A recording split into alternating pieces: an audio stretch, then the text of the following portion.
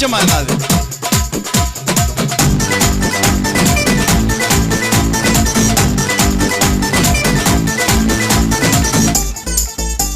పరాక్రమము గల బలాజుడా,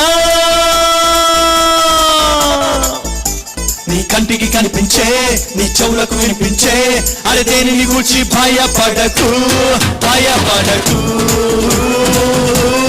భయపడకు, భయపడకు.